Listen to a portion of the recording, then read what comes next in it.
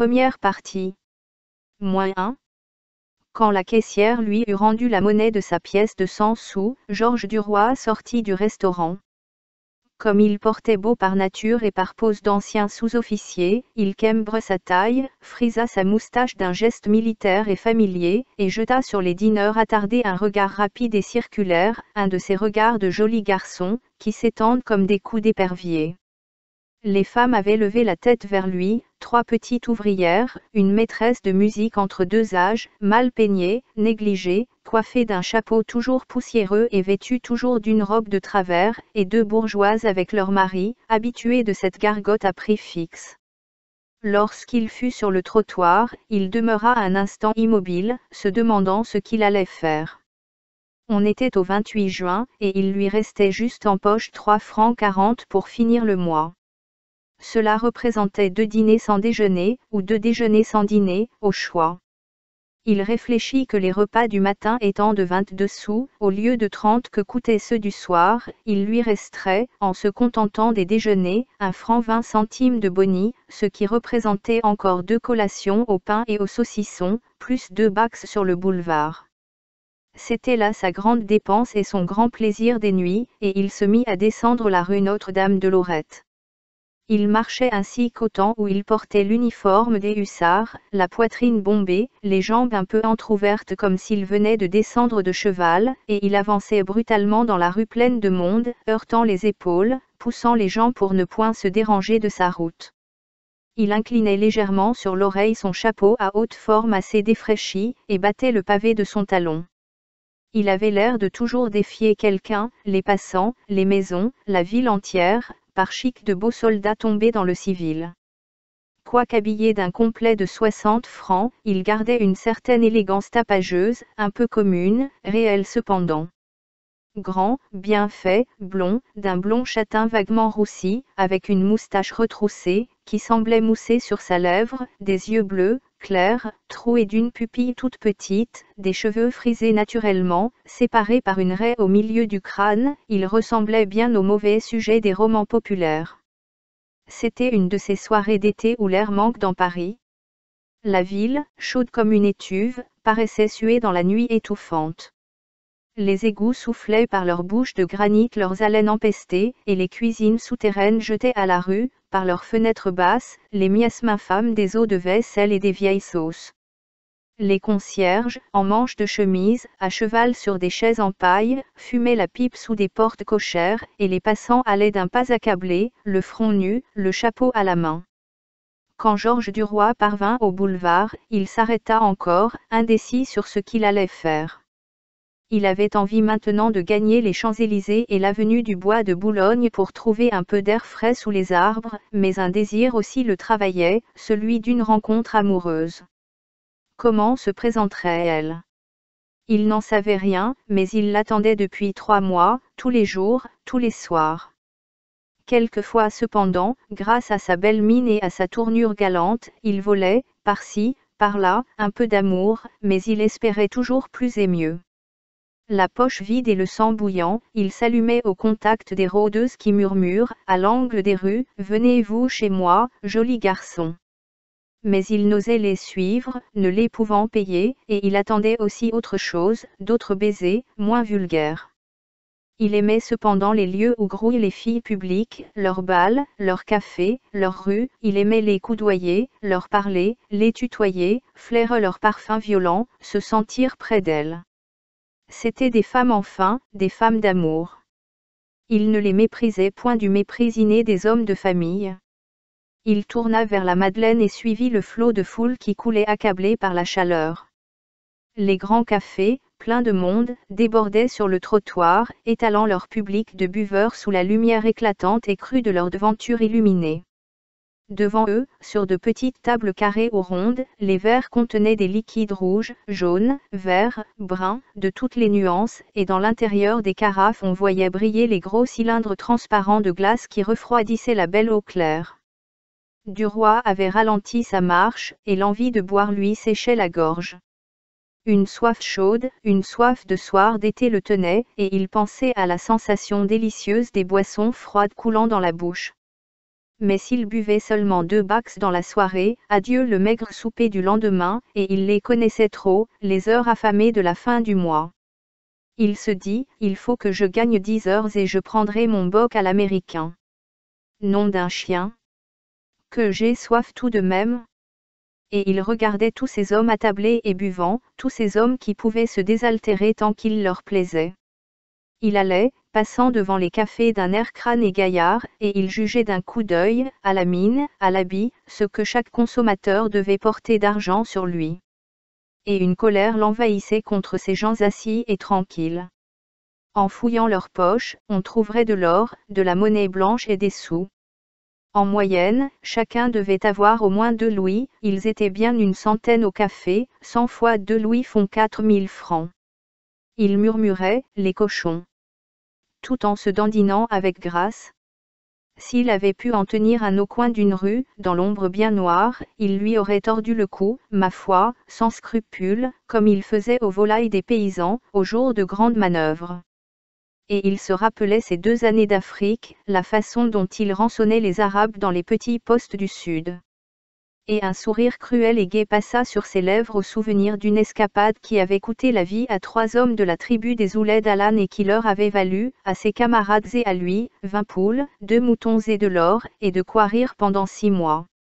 On n'avait jamais trouvé les coupables, qu'on n'avait guère cherché d'ailleurs, l'Arabe étant un peu considéré comme la proie naturelle du soldat.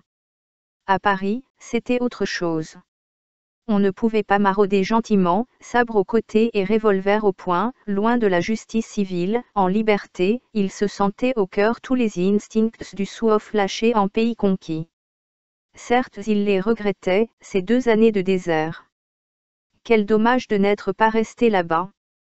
Mais voilà, il avait espéré mieux en revenant. Et maintenant? Ah! Oui, c'était du propre, maintenant. Il faisait aller sa langue dans sa bouche, avec un petit claquement, comme pour constater la sécheresse de son palais. La foule glissait autour de lui, exténuée et lente, et il pensait toujours, tas de brutes. Tous ces imbéciles-là ont des sous dans le gilet. Il bousculait les gens de l'épaule, et sifflotait des airs joyeux. Des messieurs heurtés se retournaient en grognant, des femmes prononçaient, en voilà un animal. Il passa devant le vaudeville, et s'arrêta en face du café américain, se demandant s'il n'allait pas prendre son bock, tant la soif le torturait. Avant de se décider, il regarda l'heure aux horloges lumineuses, au milieu de la chaussée. Il était 9h15. Il se connaissait, dès que le verre plein de bière serait devant lui, il l'avalerait. Que ferait-il ensuite jusqu'à 11h? Il passa. J'irai jusqu'à la Madeleine, se dit-il, et je reviendrai tout doucement.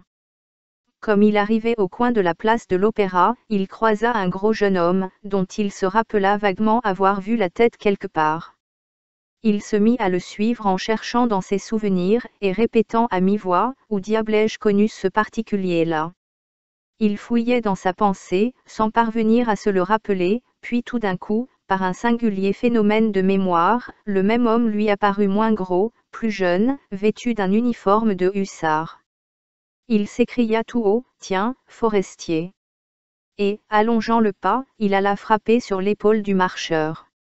L'autre se retourna, le regarda, puis dit : « Qu'est-ce que vous me voulez, monsieur ? » Duroy se mit à rire. « Tu ne me reconnais pas ? » « Non. Georges Duroy du 6e hussard. » Forestier tendit les 2 mains. « Ah ! Mon vieux. Comment vas-tu ? » ?»« Très bien, et toi ? » ?»« Oh !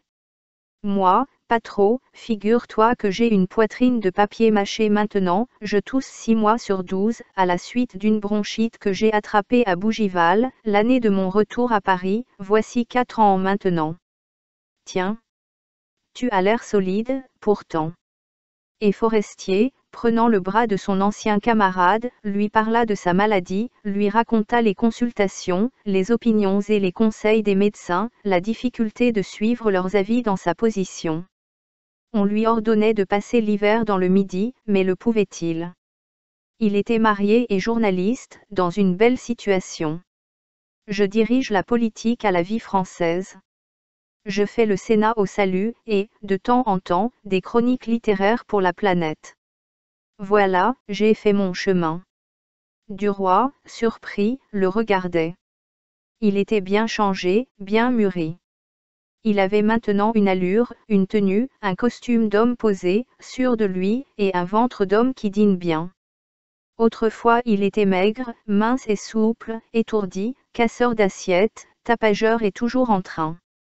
En 3 ans Paris en avait fait quelqu'un de tout autre, de gros et de sérieux, avec quelques cheveux blancs sur les tempes, bien qu'il n'eût pas plus de 27 ans. Forestier demanda. Où vas-tu? Duroy répondit. Nulle part, je fais un tour avant de rentrer. Eh bien, veux-tu m'accompagner à la vie française, où j'ai des épreuves à corriger, puis nous irons prendre un bock ensemble. Je te suis.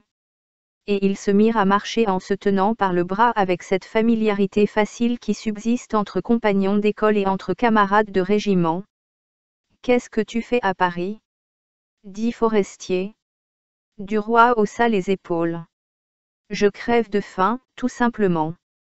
Une fois mon temps fini, j'ai voulu venir ici pour faire fortune ou plutôt pour vivre à Paris, et voilà 6 mois que je suis employé au bureau du chemin de fer du Nord, à 1500 francs par an, rien de plus. Forestier murmura. Bigre, ça n'est pas gras. Je te crois. Mais comment veux-tu que je m'en tire? Je suis seul, je ne connais personne, je ne peux me recommander à personne. Ce n'est pas la bonne volonté qui me manque, mais les moyens. Son camarade le regarda des pieds à la tête, en homme pratique, qui juge un sujet, puis il prononça d'un ton convaincu. Vois-tu, mon petit, tout dépend de l'aplomb, ici. Un homme un peu malin devient plus facilement ministre que chef de bureau. Il faut s'imposer et non pas demander. Mais comment diable n'as-tu pas trouvé mieux qu'une place d'employé au Nord? Duroy reprit. J'ai cherché partout, je n'ai rien découvert. Mais j'ai quelque chose en vue en ce moment, on m'offre d'entrer comme écuyer au manège pèlerin. Là, j'aurai, au bas mot, 3000 francs. Forestier s'arrêta net. Ne fais pas ça, c'est stupide, quand tu devrais gagner 10 000 francs. Tu te fermes l'avenir du coup.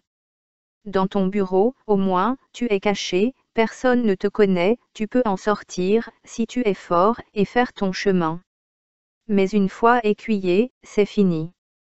C'est comme si tu étais maître d'hôtel dans une maison où tout Paris va dîner. Quand tu auras donné des leçons d'équitation aux hommes du monde ou à leurs fils, ils ne pourront plus s'accoutumer à te considérer comme leur égal. Il se tut, réfléchit quelques secondes, puis demanda. Es-tu bachelier? Non. J'ai échoué 2 fois. Ça ne fait rien, du moment que tu as poussé tes études jusqu'au bout.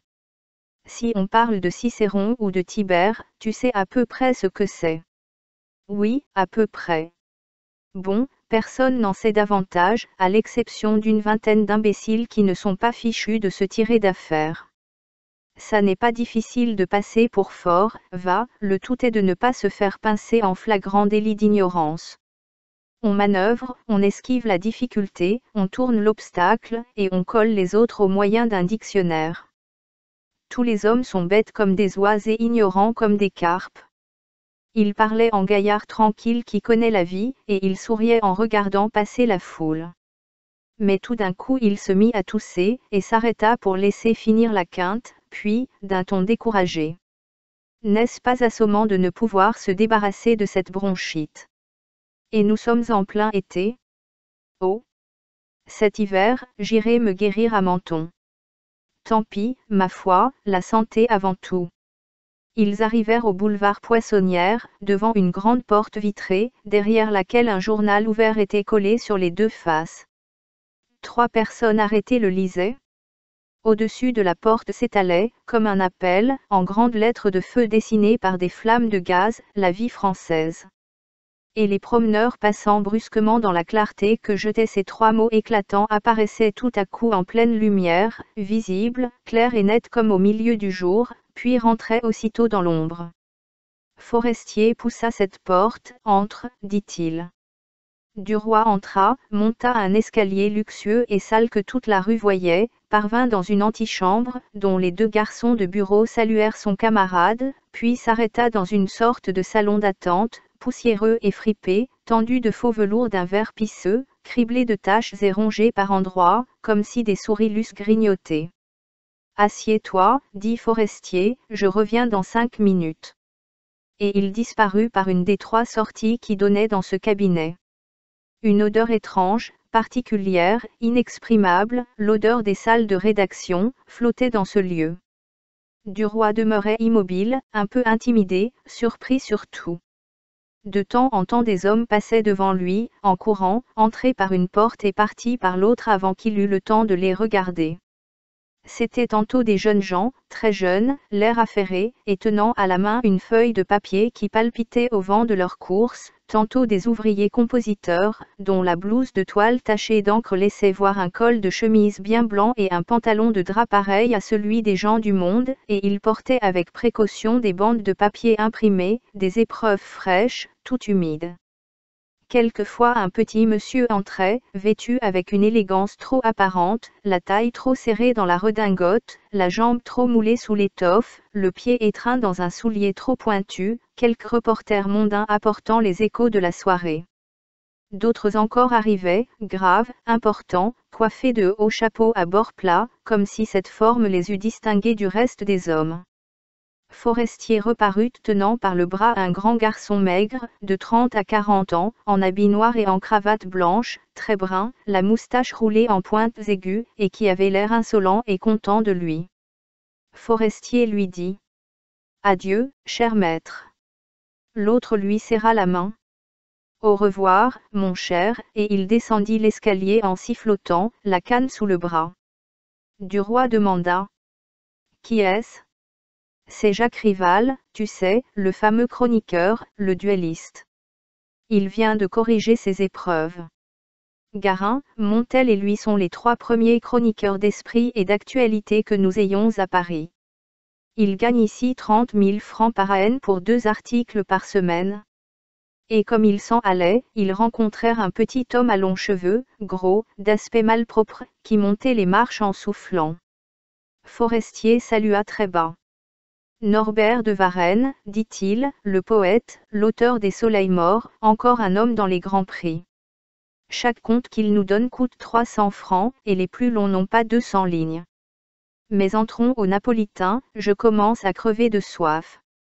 Dès qu'ils furent assis devant la table du café, Forestier cria « 2 backs !» Et il leva le sien d'un seul trait, tandis que du roi buvait la bière à lente gorgée, la savourant et la dégustant, comme une chose précieuse et rare. Son compagnon se taisait, semblait réfléchir, puis tout à coup. « Pourquoi n'essaierais-tu pas du journalisme ?»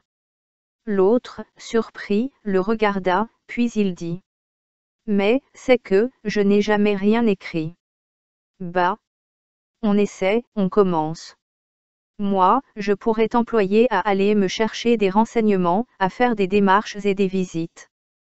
Tu aurais, au début, 250 francs et tes voitures payées.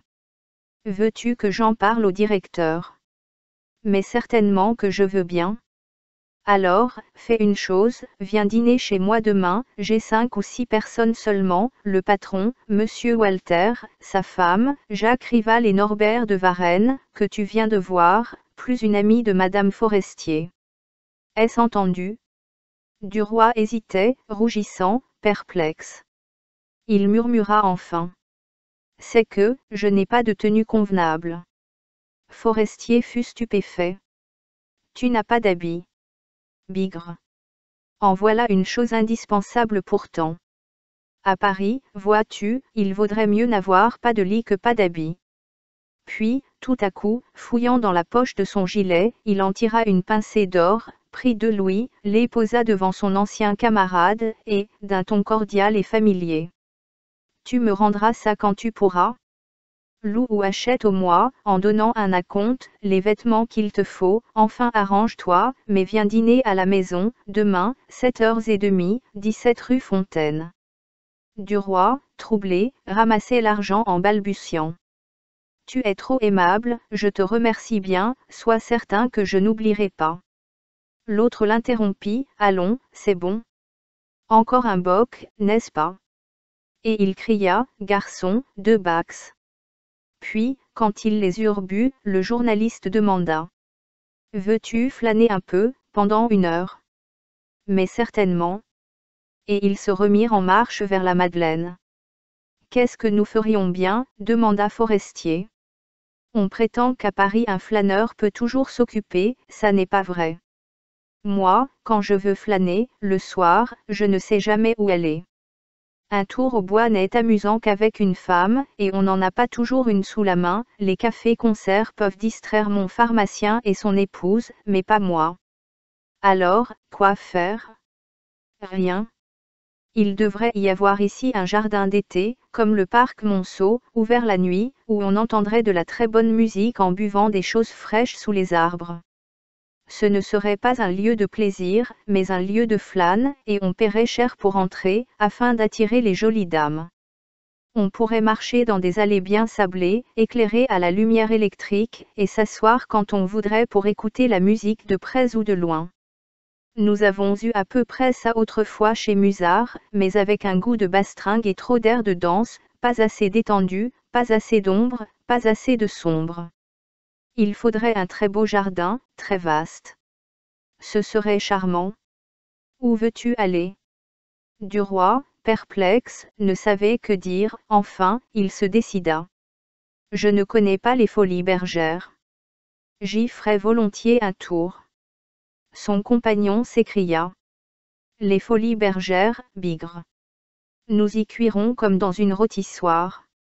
Enfin, soit, c'est toujours drôle. Et ils pivotèrent sur leurs talons pour gagner la rue du Faubourg Montmartre. La façade illuminée de l'établissement jetait une grande lueur dans les 4 rues qui se joignent devant elle. Une file de fiacres attendait la sortie. Forestier entrait, Duroy l'arrêta. Nous oublions de passer au guichet. L'autre répondit d'un ton important. Avec moi on ne paie pas. Quand il s'approcha du contrôle, les 3 contrôleurs le saluèrent. Celui du milieu lui tendit la main. Le journaliste demanda. Avez-vous une bonne loge? Mais certainement, monsieur Forestier. Il prit le coupon qu'on lui tendait, poussa la porte matelassée, à battants garnis de cuir, et ils se trouvèrent dans la salle. Une vapeur de tabac voilait un peu, comme un très fin brouillard, les parties lointaines, la scène et l'autre côté du théâtre. Et s'élevant sans cesse, en minces filets blanchâtres, de tous les cigares et de toutes les cigarettes que fumaient tous ces gens, cette brume légère montait toujours, s'accumulait au plafond, et formait, sous le large dôme, autour du lustre, au-dessus de la galerie du premier chargé de spectateurs, un ciel ennuagé de fumée. Dans le vaste corridor d'entrée qui mène à la promenade circulaire, où rôdait la tribu parée des filles, mêlée à la foule sombre des hommes, un groupe de femmes attendait les arrivants devant un des 3 comptoirs où trônaient, fardées et défraîchies, 3 marchandes de boissons et d'amour. Les hautes glaces, derrière elles, reflétaient leurs dos et les visages des passants. Forestier ouvrait les groupes, avançait vite, en homme qui a droit à la considération. Il s'approcha d'une ouvreuse. La loge 17, dit-il. Par ici, monsieur. Et on les enferma dans une petite boîte en bois, découverte, tapissée de rouge, et qui contenait 4 chaises de même couleur, si rapprochées qu'on pouvait à peine se glisser entre elles. Les 2 amis s'assirent, et, à droite comme à gauche, suivant une longue ligne arrondie aboutissant à la scène par les 2 bouts, une suite de cases semblables contenait des gens assis également et dont on ne voyait que la tête et la poitrine. Sur la scène, 3 jeunes hommes en maillot collant, un grand, un moyen, un petit, faisaient, tour à tour, des exercices sur un trapèze. Le grand s'avançait d'abord, à pas courts et rapides, en souriant, et saluait avec un mouvement de la main comme pour envoyer un baiser. On voyait, sous le maillot, se dessiner les muscles des bras et des jambes, il gonflait sa poitrine pour dissimuler son estomac trop saillant, et sa figure semblait celle d'un garçon coiffeur, car une raie soignée ouvrait sa chevelure en 2 parties égales, juste au milieu du crâne.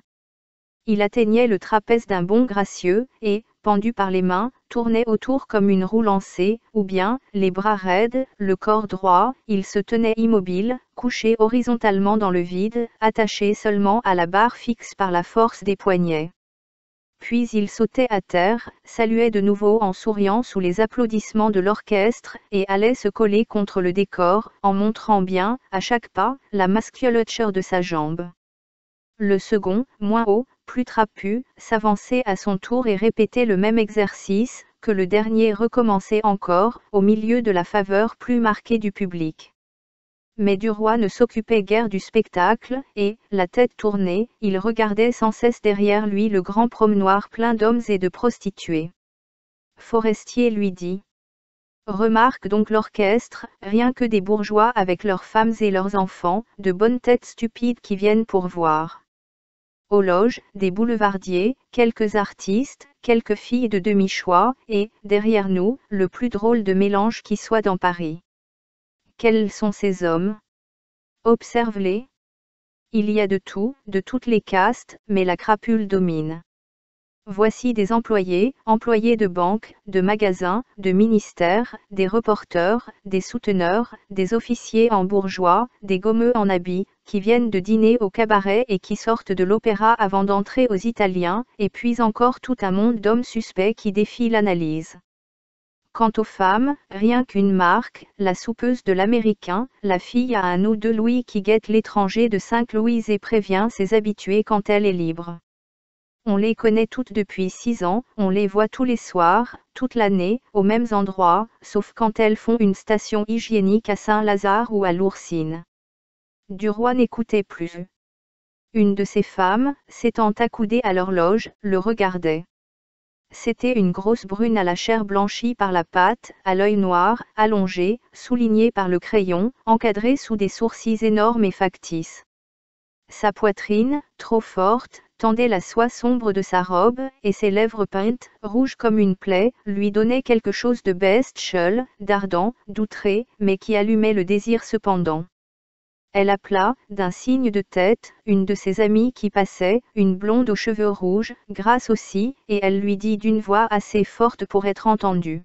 « Tiens, voilà un joli garçon, s'il veut de moi pour 10 louis, je ne dirai pas non. » Forestier se retourna, et, souriant, il tapa sur la cuisse de Duroy. « C'est pour toi, ça, tu as du succès, mon cher. » Mes compliments. L'ancien sous-off avait rougi, et il tâtait, d'un mouvement machinal du doigt, les 2 pièces d'or dans la poche de son gilet. Le rideau s'était baissé, l'orchestre maintenant jouait une valse. Duroy dit. Si nous faisions un tour dans la galerie. Comme tu voudras. Ils sortirent, et furent aussitôt entraînés dans le courant des promeneurs. Pressés, poussés, serrés, ballottés, ils allaient, ayant devant les yeux un peuple de chapeaux. Et les filles, 2 par 2, passaient dans cette foule d'hommes, la traversaient avec facilité, glissaient entre les coudes, entre les poitrines, entre les dos, comme si elles eussent été bien chez elles, bien à l'aise, à la façon des poissons dans l'eau, au milieu de ce flot de mal. Duroy ravi, se laissait aller, buvait avec ivresse l'air vicié par le tabac, par l'odeur humaine et les parfums des drôlesses. Mais Forestier suait, soufflait, toussait. Allons au jardin, dit-il. Et, tournant à gauche, ils pénétrèrent dans une espèce de jardin couvert, que 2 grandes fontaines de mauvais goût rafraîchissaient. Sous des ifs et des tuyas en caisse, des hommes et des femmes buvaient sur des tables de zinc. Encore un boc, demanda Forestier. Oui, volontiers. Ils s'assirent en regardant passer le public. De temps en temps, une rôdeuse s'arrêtait, puis demandait avec un sourire banal, « M'offrez-vous quelque chose, monsieur ?» Et comme Forestier répondait, un verre d'eau à la fontaine, elle s'éloignait en murmurant, « Va donc, mufle !» Mais la grosse brune qui s'était appuyée tout à l'heure derrière la loge des 2 camarades reparut, marchant arrogamment, le bras passé sous celui de la grosse blonde. Cela faisait vraiment une belle paire de femmes, bien assorties. Elle sourit en apercevant Duroy, comme si leurs yeux se fussent dit déjà des choses intimes et secrètes, et, prenant une chaise, elle s'assit tranquillement en face de lui et fit asseoir son ami, puis elle commanda d'une voix claire, « Garçon, 2 grenadines. » Forestier, surpris, prononça, « Tu ne te gênes pas, toi ?» Elle répondit. « C'est ton ami qui me séduit. C'est vraiment un joli garçon. Je crois qu'il me ferait faire des folies. » Duroy, intimidé, ne trouvait rien à dire. Il retroussait sa moustache frisée en souriant d'une façon niaise. Le garçon apporta les sirops, que les femmes burent d'un seul trait, puis elles se levèrent, et la brune, avec un petit salut amical de la tête et un léger coup d'éventail sur le bras, dit à Duroy, « Merci, mon chat. Tu n'as pas la parole facile. » Et elles partirent en balançant leurs croupes. Alors Forestier se mit à rire. « Dis donc, mon vieux, sais-tu que tu as vraiment du succès auprès des femmes? Il faut soigner ça. Ça peut te mener loin. » Il se tut une seconde, puis reprit, avec ce ton rêveur des gens qui pensent tout haut. « C'est encore par elle qu'on arrive le plus vite. » Et comme Duroy souriait toujours sans répondre, il demanda. « Est-ce que tu restes encore? » « Moi, je vais rentrer, j'en ai assez. » L'autre murmura. « Oui, je reste encore un peu. Il n'est pas tard. » Forestier se leva. « Eh bien, adieu, alors. À demain. N'oublie pas. 17 rue Fontaine, 7h30. C'est entendu, à demain. » Merci. Ils se serrèrent la main, et le journaliste s'éloigna. Dès qu'il eut disparu, Duroy se sentit libre, et de nouveau il tâta joyeusement les 2 pièces d'or dans sa poche, puis, se levant, il se mit à parcourir la foule qu'il fouillait de l'œil. Il les aperçut bientôt, les 2 femmes, la blonde et la brune, qui voyageaient toujours de leur allure fière de mendiantes, à travers la cohue des hommes. Il alla droit sur elles, et quand il fut tout près, il n'osa plus. La brune lui dit. « As-tu retrouvé ta langue? » Il balbutia, parbleu, sans parvenir à prononcer autre chose que cette parole. Ils restaient debout tous les 3, arrêtés, arrêtant le mouvement du promenoir, formant un remous autour d'eux. Alors, tout à coup, elle demanda. « Viens-tu chez moi? » Et lui, frémissant de convoitise, répondit brutalement. « Oui, mais je n'ai qu'un louis dans ma poche. » Elle sourit avec indifférence. « Ça ne fait rien. » Et elle prit son bras en signe de possession. Comme il sortait, il songeait qu'avec les autres 20 francs il pourrait facilement se procurer, en location, un costume de soirée pour le lendemain.